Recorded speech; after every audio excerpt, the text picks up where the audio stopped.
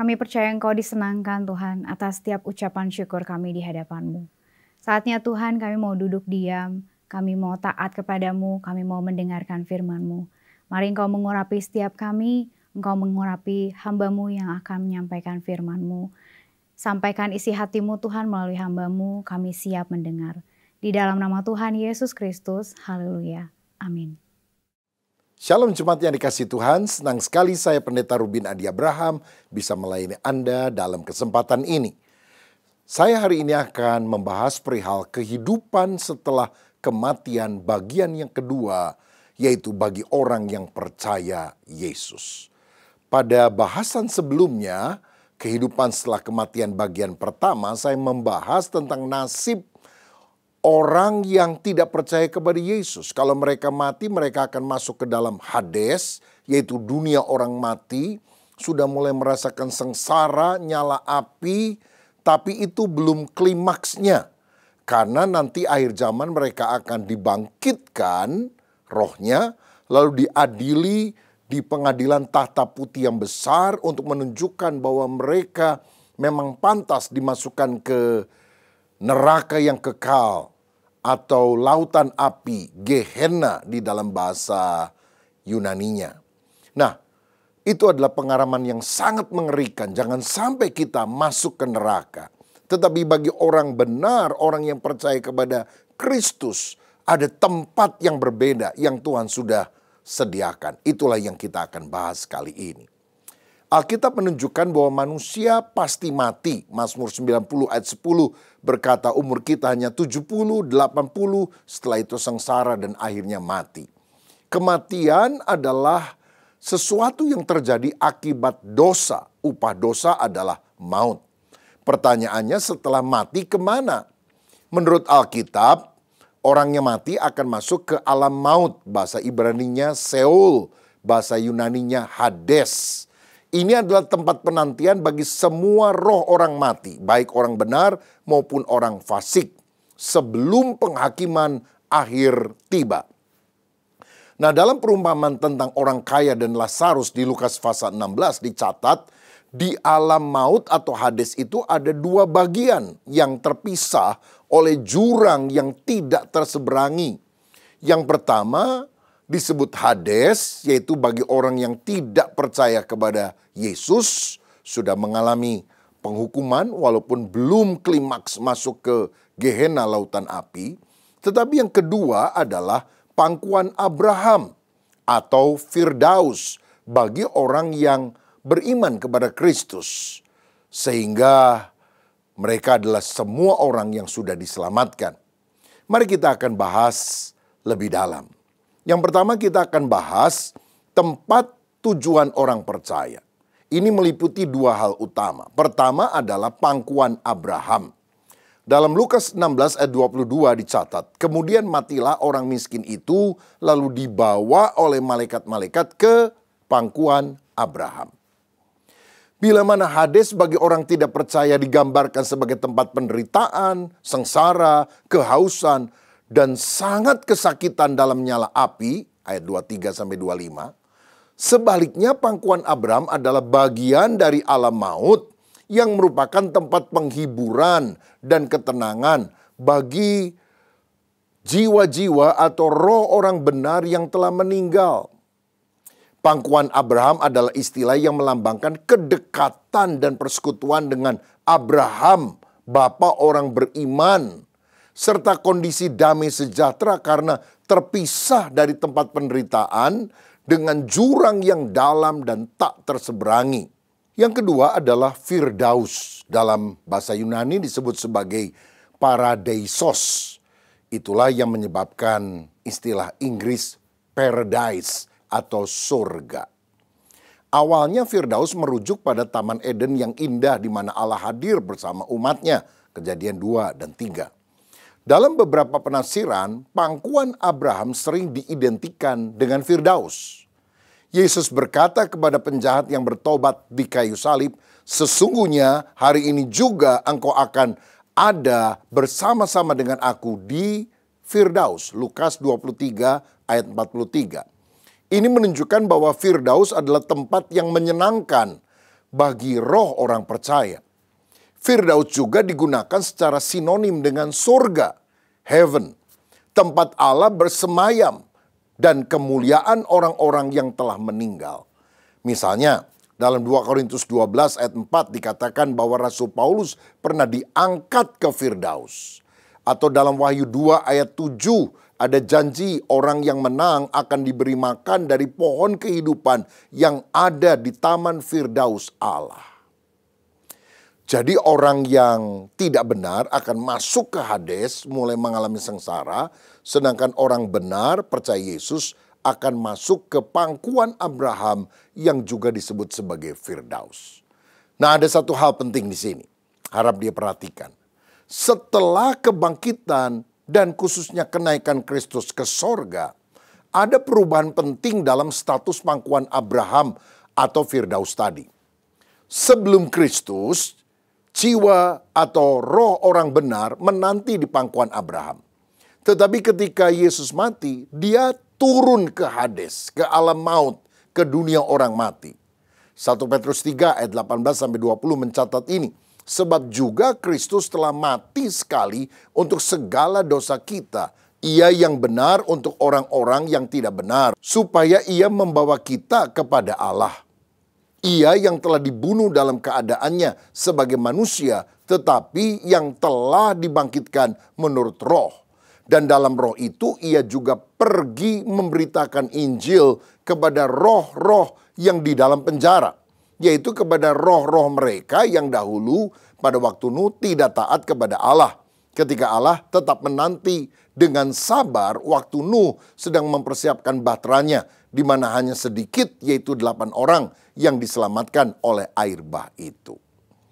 Nah, berarti Yesus pergi ke Hades, ke alam maut untuk memproklamirkan bahwa dialah kebenaran yang disampaikan oleh Nuh.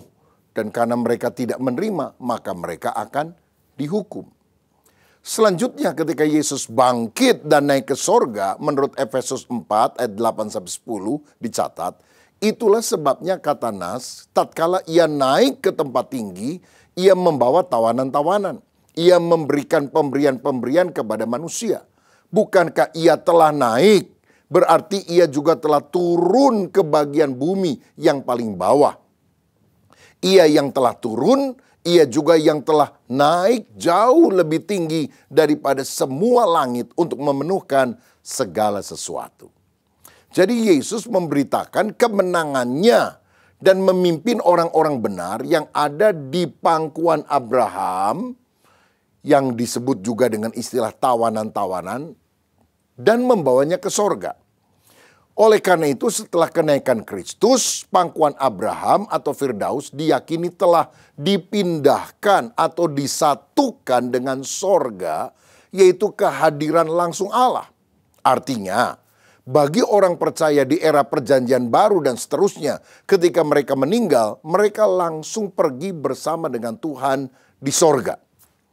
Misalnya Paulus dalam Filipi 1 ayat 23 berkata, "Aku didesak dari dua pihak. Aku ingin pergi dan diam bersama-sama dengan Kristus." Itu memang jauh lebih baik. Di mana Kristus tinggal? Di sorga. Dia naik ke sorga. Berarti ketika orang mati, dia juga bersama Kristus di sorga. 2 Korintus 5 ayat 8. Tetapi hati kami tabah dan terlebih suka kami beralih dari tubuh ini untuk menetap pada Tuhan. Jadi orang mati akan tinggal bersama dengan Tuhan. Jadi tidak ada lagi tempat penantian yang terpisah di Hades bagi orang percaya. Mereka langsung bersama Yesus di dalam sorga. Sorga intermediate state. Sorga kondisi antara, ini istilah teologis. Namun ini bukan atau belum merupakan kondisi sempurna dan final. Intermediate state bukan final state. Kondisi final terjadi pada saat kebangkitan tubuh pada kedatangan Kristus yang kedua. Ketika jiwa atau roh akan bersatu kembali dengan tubuh yang dimuliakan dan hidup di langit baru dan bumi baru. Jadi perlu dibedakan antara surga sekarang intermediate state atau keadaan antara, dan sorga kelak, yaitu final state, keadaan final, yaitu langit baru dan bumi baru. Nah, sebelum saya membahas tentang perbedaan sorga kini dan sorga kelak, yaitu langit baru dan bumi baru, kita harus mengerti bahwa penafsiran itu bergerak maju. Ada yang namanya progressive revelation. Jadi pada mulanya Alkitab Perjanjian Lama menunjukkan orang yang mati masuk ke Seol, dunia orang mati, di mana keadaan kelam seperti orang tertidur, tidak beraktivitas. Tapi dalam Perjanjian Baru Lukas 16 ada pernyataan yang lebih progresif. Ternyata Seol atau bahasa Yunaninya Hades itu dibagi dua, yaitu antara Hades untuk orang berdosa, siksaan, tapi sudah ada pangkuan Abraham atau Firdaus, kondisi nyaman walaupun belum final. Nah, progressive revelation berikutnya adalah ternyata setelah Yesus naik ke sorga, maka orang yang semula ada di pangkuan Abraham, yang disebut sebagai tawanan-tawanan itu diangkat ke sorga. Jadi sekarang kondisinya mereka bersama dengan Yesus di sorga. Jadi sorga sekarang adalah kumpulan roh orang-orang benar yang sudah mati. Nah, sekarang kita lihat perbedaan surga kini dan langit baru dan bumi baru. Yang pertama, surga kini di intermediate state, keadaan antara. Ini adalah tempat roh orang percaya setelah kematian. Namun sebelum kebangkitan tubuh serta penghakiman akhir pada kedatangan Kristus yang kedua kali. Ini adalah periode sementara, intermediate. Lokasinya digambarkan sebagai bersama dengan Kristus, Filipi 1 ayat 23. Atau 2 Korintus 5 ayat 8 tadi. Atau di Firdaus, Lukas 23 ayat 43. Ini adalah tempat di mana jiwa orang percaya berada di hadirat Allah. Kita yakini ya di sorga, di belakang langit biru. Karena Yesus waktu naik ke sorga, dia akan pergi pasti ke sorga yang kita pahami sebagai dalam tanda kutip belakang langit biru. Ini adalah keadaan tanpa tubuh atau tidak berwujud fisik dalam pengertian duniawi karena merupakan tempat roh orang mati yang diselamatkan. Bedakan dengan Kristus yang naik ke sorga bukan hanya dalam roh tapi juga dengan tubuh kemuliaan. Kita belum punya tubuh kemuliaan. Nanti waktu Yesus datang tubuh kemuliaannya akan diberikan. Sehingga orang yang ke Firdaus yang telah bergabung menjadi sorga sekarang belum mengenakan tubuh kemuliaan, hanya makhluk roh. Meskipun ini adalah tempat yang luar biasa dan penuh penghiburan, ini adalah keadaan sementara bagi jiwa-jiwa sebelum kebangkitan tubuh dan penciptaan yang baru. Bagaimana kondisi di sorga tersebut? Yang pertama, sadar, mengalami sukacita, kedamaian, dan persekutuan dengan Tuhan. Bukan tidur jiwa, soul sleep. Yang kedua, ini adalah tempat kebahagiaan dan kedamaian meskipun tanpa tubuh. Roh orang percaya mengalami kebahagiaan, kedamaian, dan perhentian dari segala penderitaan duniawi. Mereka ada di hadirat Allah. Yang ketiga, belum sempurna secara penuh. Meskipun ini adalah kondisi yang jauh lebih baik daripada hidup di dunia yang berdosa, namun belum mencapai kesempurnaan final. Jiwa atau roh masih terpisah dari tubuh. Ada kerinduan akan penyempurnaan tubuh dan alam semesta yang baru. Yang ketiga, penantian. Ini adalah masa penantian untuk kebangkitan tubuh, penyatuan kembali jiwa atau roh dan tubuh, dan kedatangan kerajaan Allah sepenuhnya di bumi yang diperbarui. Yang kedua adalah sorga kelak, di final state, keadaan final, yang juga disebut sebagai langit baru dan bumi baru. Saya bacakan Wahyu 21 ayat 1-4. Lalu aku melihat langit yang baru dan bumi yang baru, sebab langit yang pertama dan bumi yang pertama telah berlalu, dan laut pun tidak ada lagi. Dan aku melihat kota yang kudus, Yerusalem yang baru turun dari sorga dari Allah, yang berhias bagaikan pengantin perempuan yang berdandan untuk suaminya. Lalu aku mendengar suara yang nyaring dari tata itu berkata, lihatlah, kemah Allah ada di tengah-tengah manusia, dan ia akan diam bersama-sama dengan mereka. Mereka akan menjadi umatnya dan dia akan menjadi Allah mereka. Dan ia akan menghapus segala air mata dari mata mereka dan maut tidak akan ada lagi. Tidak akan ada lagi perkabungan atau ratap tangis atau duka cita. Sebab segala sesuatu yang lama itu telah berlalu. Wow, luar biasa sekali rancangan Allah yang indah yang akan kita alami ketika kita bersama dengan Yesus dalam kekekalan. Jadi langit baru dan bumi baru adalah puncak dari rencana penebusan Allah yang digambarkan dalam Yesaya 65 ayat 17. Yang berkata, sebab sesungguhnya aku menciptakan langit yang baru dan bumi yang baru. Hal-hal yang dahulu tidak akan diingat lagi dan tidak akan timbul lagi dalam hati. Ini akan terwujud di akhir zaman seperti yang dicatat dalam kitab Wahyu 21 dan 22. Ini bukan hanya tentang tempat tinggal jiwa atau roh, tetapi tentang penciptaan yang diperbarui dan dipulihkan sepenuhnya. Jadi bumi yang sudah rusak ini akan lenyap diganti dengan bumi yang sudah diperbaharui kondisinya oleh Tuhan tanpa dosa. Ini adalah kondisi kekal, keadaan permanen yang akan datang setelah penghakiman terakhir di mana dosa dan segala akibatnya, yaitu penderitaan, kematian, air mata dan sebagainya akan lenyap. Di langit baru dan bumi baru Allah akan berdiam bersama manusia. Dan semua yang telah ditebus akan menikmati persekutuan yang sempurna dengan Allah selama-lamanya. Oh, ini adalah realitas fisik dan spiritual yang baru. Bukan hanya sorga kini tempat roh. Ini bukan sorga di atas di belakang langit biru. Tetapi sebagai langit baru dan bumi baru di mana Yerusalem baru akan turun dari sorga ke bumi yang baru. Ini menunjukkan penyatuan kembali sorga dan bumi. Tempat Allah akan berdiam bersama umatnya secara fisik. Ini adalah alam semesta yang diperbarui dan disucikan dari segala dosa. Jadi kita tidak pergi ke sorga meninggalkan bumi ini, tapi pada akhirnya sorga yang akan datang ke bumi, di mana Allah akan berdiam bersama umatnya di dalam alam semesta yang diperbarui. Inilah penggenapan sempurna dari kerajaan Allah. Langit baru dan bumi baru. Saya bacakan Wahyu 21 ayat 2-3. Dan aku melihat kota yang kudus, Yerusalem yang baru, turun dari sorga, dari Allah, yang berhiaskan bagaikan pengantin perempuan yang berdandan untuk suaminya. Jadi Yerusalem baru turun dari sorga. Kemana? Ayat 3, lalu aku mendengar suara yang nyaring dari tahta itu berkata, lihat kemah Allah ada di tengah-tengah manusia. Jadi Allah akan bersama manusia di bumi baru ini. Dan ia akan diam bersama-sama dengan mereka. Mereka akan menjadi umatnya dan ia akan menjadi Allah mereka. Luar biasa.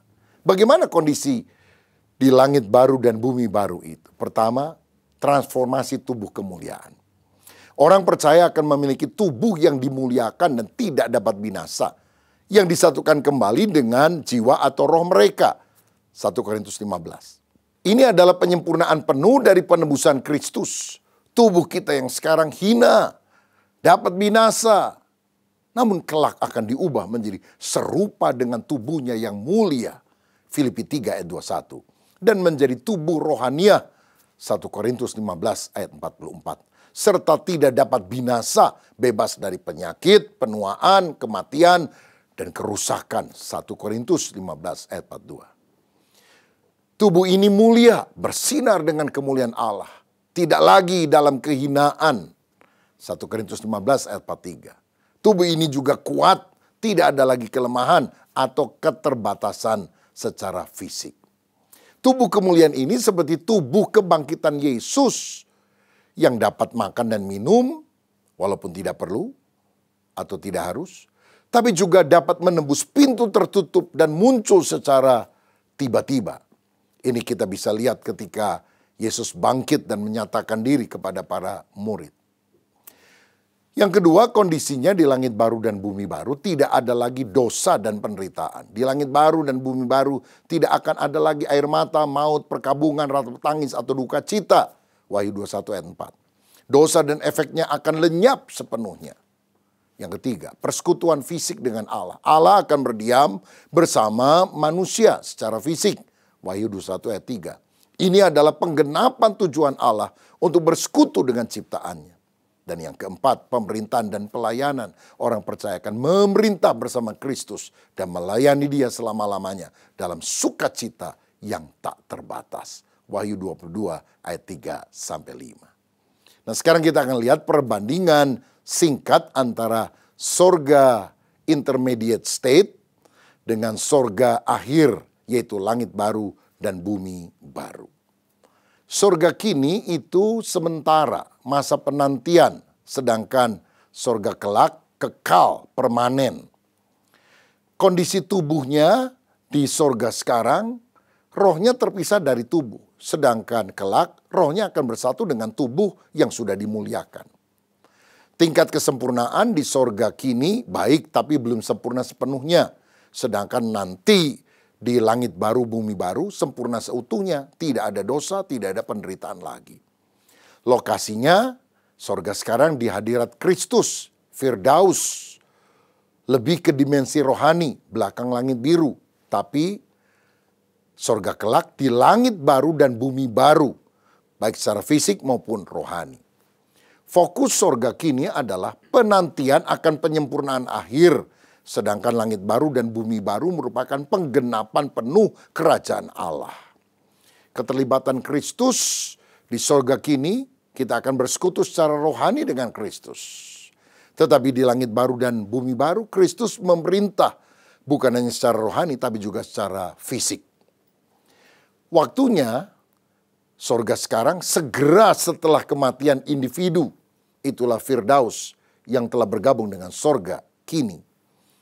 Tetapi sorga kelak, final state, langit baru dan bumi baru, terjadi pada kedatangan Kristus yang kedua kali dan kebangkitan umum. Kondisi fisik di sorga sekarang tanpa tubuh fisik, hanya roh atau jiwa. Sedangkan kelak dengan tubuh fisik yang dibangkitkan dan dimuliakan. Seperti tubuh Yesus setelah bangkit dari antara orang mati. Sifat keberadaan di sorga kini, rohani, sadar, bersama Tuhan. Sedangkan kelak juga akan memiliki kerohanian, tapi juga fisik tubuh kemuliaan yang utuh, sempurna, mulia. Tingkat kepenuhan di sorga sekarang kebahagiaan dan kedamaian, tapi belum kesempurnaan penuh.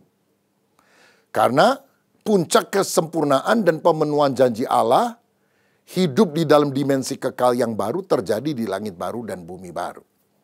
Dasar Alkitab untuk sorga kini misalnya Filipi 1 ayat 23, 2 Korintus 5 ayat 8, Lukas 23 ayat 43. Sedangkan dasar Alkitab untuk sorga kelak yaitu langit dan bumi baru misalnya dicatat di 1 Korintus 15 ayat 42 sampai 57, Filipi 3 ayat 20 sampai 21, 1 Tesalonika 4 ayat 16 17, Wahyu 21 ayat 1 sampai 4. Keberadaan dosa di sorga kini, dosa dan penderitaan tidak ada di hadirat Allah, tapi masih ada di dunia lama yang kita hidupi sekarang. Sedangkan nanti di langit baru, bumi baru, dosa, penderitaan, kematian, dan air mata sepenuhnya lenyap. Kondisi di sorga sekarang, keadaan sementara bagi jiwa atau roh sebelum kebangkitan tubuh. Sedangkan di langit baru dan bumi baru, keadaan kekal dan final, permanen bagi orang percaya dengan tubuh kebangkitan. Oh, luar biasa. Tuhan menyiapkan sorga kini dan sorga yang akan datang. Oh, betapa luar biasanya rancangan Tuhan. Berikutnya, kapan orang percaya masuk ke sorga masa kini? Pada saat dia mati, orang yang percaya kepada Kristus akan bersama dengan Kristus. Tetapi langit dan bumi baru kita nikmati setelah penghakiman terakhir dan kebangkitan universal. Jadi konklusinya meskipun sorga intermediate state adalah tempat yang indah dan damai di hadirat Allah, itu hanyalah pendahuluan dari sorga atau kondisi akhir yang jauh lebih mulia dan sempurna, di mana tubuh yang dibangkitkan akan bersatu kembali dengan jiwa atau roh di langit baru dan bumi baru. Yang terakhir, tahta pengadilan Kristus atau Bema. Nah, sebelum orang percaya masuk ke sorga kelak, final state, langit baru dan bumi baru, semua orang percaya akan menghadap tahta pengadilan Kristus atau Bema dalam bahasa Yunani. 2 Korintus 5 ayat 10 berkata, sebab kita semua harus menghadap tahta pengadilan Kristus, supaya setiap orang memperoleh apa yang patut diterimanya sesuai dengan yang dilakukannya dalam hidupnya ini, baik ataupun jahat. Pengadilan Kristus atau Bema adalah pengadilan khusus bagi orang Kristen sejati yang lahir baru. Mereka sudah menerima Yesus sebagai Tuhan dan Juru Selamat. Ini bukan pengadilan untuk menentukan apakah seseorang diselamatkan atau tidak, masuk neraka atau tidak. Karena keselamatannya sudah dijamin oleh anugerah Allah melalui iman kepada Kristus. Sebaliknya ini adalah pengadilan untuk mengevaluasi pekerjaan dan kehidupan orang percaya setelah mereka diselamatkan. Jadi tujuan utamanya adalah menentukan upah atau pahala, reward, dan juga kerugian upah bagi yang tidak mendapat, berdasarkan kesetiaan, motivasi, dan kualitas pelayanan setiap orang percaya kepada Tuhan. Hakimnya adalah Yesus Kristus sendiri. Prosesnya Alkitab menggambarkan seperti api yang akan menguji kualitas pekerjaan setiap orang. 1 Korintus 3 ayat 13. Ini tentu bukan purgatori atau api penyucian seperti yang dipercaya oleh orang Roma Katolik. Pekerjaan yang dibangun di atas dasar Kristus digambarkan sebagai emas, perak, batu permata yang tahan api. Sedangkan pekerjaan yang berdasarkan motivasi yang salah atau tidak sesuai dengan kehendak Allah, misalnya demi ambisi, nama besar, demi uang, adalah ibarat kayu, rumput kering, dan jerami yang akan terbakar habis. Yang akan dievaluasi pertama adalah motivasi. Bukan apa yang kita lakukan, tetapi mengapa kita melakukannya. 1 Korintus 4 ayat 5. Apakah itu untuk kemuliaan Tuhan atau untuk diri sendiri? Untuk pujian manusia atau untuk keuntungan pribadi, semua akan diuji. Kedua, kualitas pekerjaan. Apakah pekerjaan kita tulus, berlandaskan kebenaran firman, dan dilakukan dengan kesetiaan? Yang ketiga, penggunaan karunia dan talenta. Bagaimana kita menggunakan karunia rohani, waktu, uang, dan kemampuan yang Tuhan berikan kepada kita. Orang yang tidak menggunakan talentanya akan menyesal. Karena seharusnya kita menggunakan semuanya untuk kemuliaan Tuhan. Yang keempat, pelayanan dan kesaksian. Apakah kita telah melayani sesama dengan kasih dan memberitakan Injil? Nah, Bema ini akan terjadi setelah pengangkatan gereja, rapture, sebelum kerajaan 1000 tahun di bumi. Ini berbeda dengan pengadilan tahta putih yang besar untuk menghakimi orang yang tidak percaya, yang akan binasa dilemparkan ke Gehenna atau neraka atau lautan api. Wahyu 20 ayat 11-15. Seperti yang saya sudah bahas dalam kehidupan setelah kematian bagian 1. Tujuan daripada pengadilan tahta putih adalah membuktikan kesalahan mereka yang namanya tidak tercatat dalam kitab kehidupan. Ada pula kitab-kitab yang mencatat perbuatan mereka yang menunjukkan mengapa mereka pantas menerima hukuman tersebut. Wahyu 20 ayat 12. Fokusnya menghakimi dosa dan penolakan terhadap Kristus. Nah, sekarang ada pertanyaan, apakah buku catatan perbuatan juga akan ada di Bema bagi orang benar? Jawabannya ya. Alkitab mengindikasikan bahwa catatan perbuatan orang yang beriman kepada Yesus juga akan digunakan di pengadilan Kristus atau Bema. Meskipun fungsinya sangat berbeda dengan penggunaannya di pengadilan tahta putih. Meskipun Alkitab tidak secara eksplisit menyebut kitab-kitab yang dibuka di Bema sebagaimana di tahta putih, prinsipnya sama. Setiap pekerjaan, pelayanan, motivasi, bahkan pikiran orang percaya akan diungkap dan dievaluasi di hadapan Kristus. Misalnya, dalam 1 Korintus 4 ayat 5 dikatakan, karena itu janganlah menghakimi sebelum waktunya, yaitu sebelum Tuhan datang. Ia akan menerangi juga apa yang tersembunyi dalam kegelapan. Dan ia akan menyatakan juga maksud-maksud yang terkandung dalam hati. Maka pada waktu itulah tiap-tiap orang akan menerima pujian dari Allah. Nah, ayat ini secara jelas menyatakan bahwa Tuhan akan mengungkapkan maksud hati, motivasi, dan hal yang tersembunyi. Ini mengindikasikan bahwa tidak ada yang luput dari pandangannya dan semua akan diungkapkan dalam konteks penghakiman. Oh, betapa kita perlu meminta agar Tuhan menyucikan kita lahir dan batin, termasuk pikiran, sikap hati, karena semuanya terbuka di hadapan Tuhan. Selanjutnya 2 Korintus 5 ayat 10 mencatat, sebab kita semua harus menghadap tahta pengadilan Kristus, supaya setiap orang memperoleh apa yang layak diterimanya, sesuai yang dilakukannya dalam hidup ini, baik ataupun jahat. Ini menyiratkan adanya catatan perbuatan yang menjadi dasar evaluasi. Kata jahat di sini tidak berarti dosa yang menghukum orang ke neraka, karena bema itu kan khusus untuk orang percaya yang sudah diselamatkan. Karena itu saudara sekalian, selagi masih ada kesempatan, kita yang sudah percaya kepada Yesus harus melayani dengan sungguh, memberitakan Injil dengan giat, memiliki motivasi pelayanan yang tulus. Karena itu adalah kesempatan untuk kita berinvestasi dalam hal kekal yang nanti semuanya akan dipertanggungjawabkan pada hari pengadilan Kristus. Makanya mari kita sungguh-sungguh menjadi orang yang percaya kepada Kristus.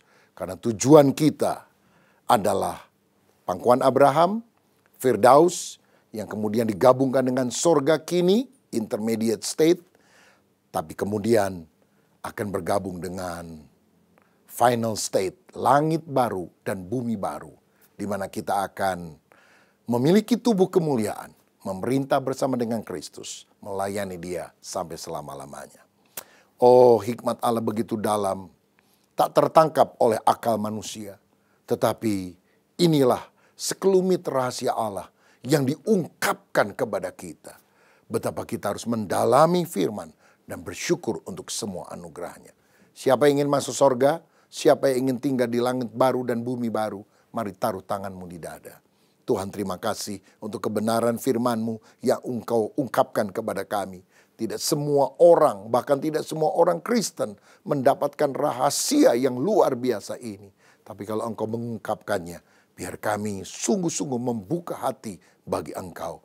Dan kami juga mau mendalami firman lebih lagi, supaya kami bisa melihat mutiara kebenaran yang indah yang Tuhan terus berikan bagi kami yang percaya kepadamu. Berkat-Mu atas kami dalam nama Yesus.